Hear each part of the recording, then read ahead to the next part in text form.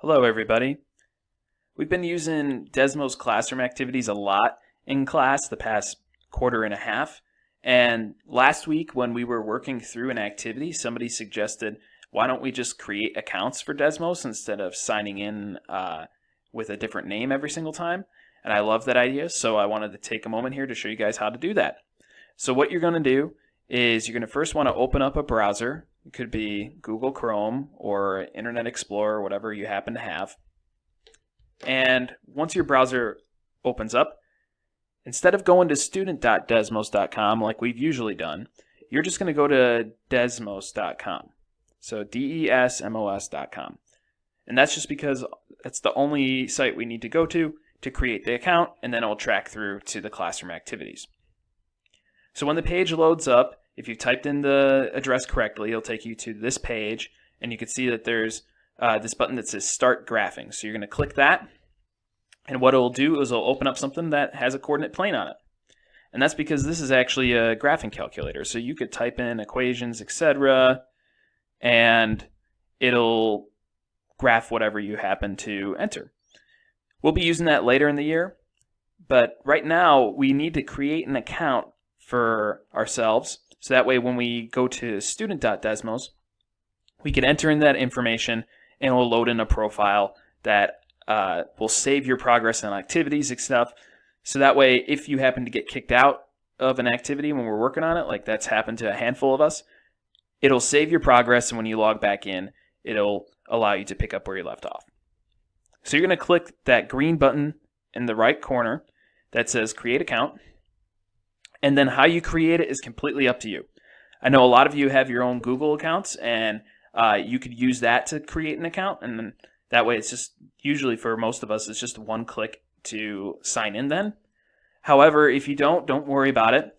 All you got to do is click email address. And you could use your personal email. You could use any email that you want. But for those of you that maybe don't have an email, what I'd suggest is just using your ID number for school, whatever it happens to be. So I'll type in a sample one. So 1111111.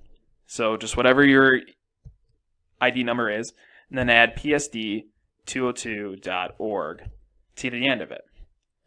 If you do that, what it will allow you to do is set up an email, or set up an account, rather, okay, with the same email address that's used whenever you share something on Office 365. So whenever you share a document with me or another teacher, it's actually using that email address that we just typed in, your ID number at psd202.org. So then you're going to type in a name. So maybe I'll go with Freddie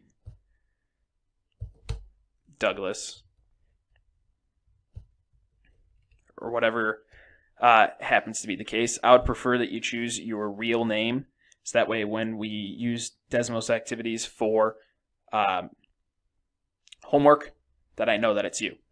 And then you'll just create a password, agree to the terms, and create an account. And then you'll see that you now have an account created, because you'll see the name that you typed in pop up at the top right-hand corner. So now that we have that account set up, we could sign out. And if we go to student.desmos.com,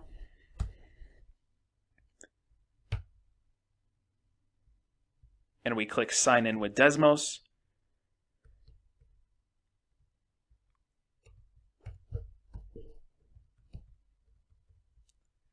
when we sign in, it'll have your information displayed, and then we could just type in our class code and join like normal.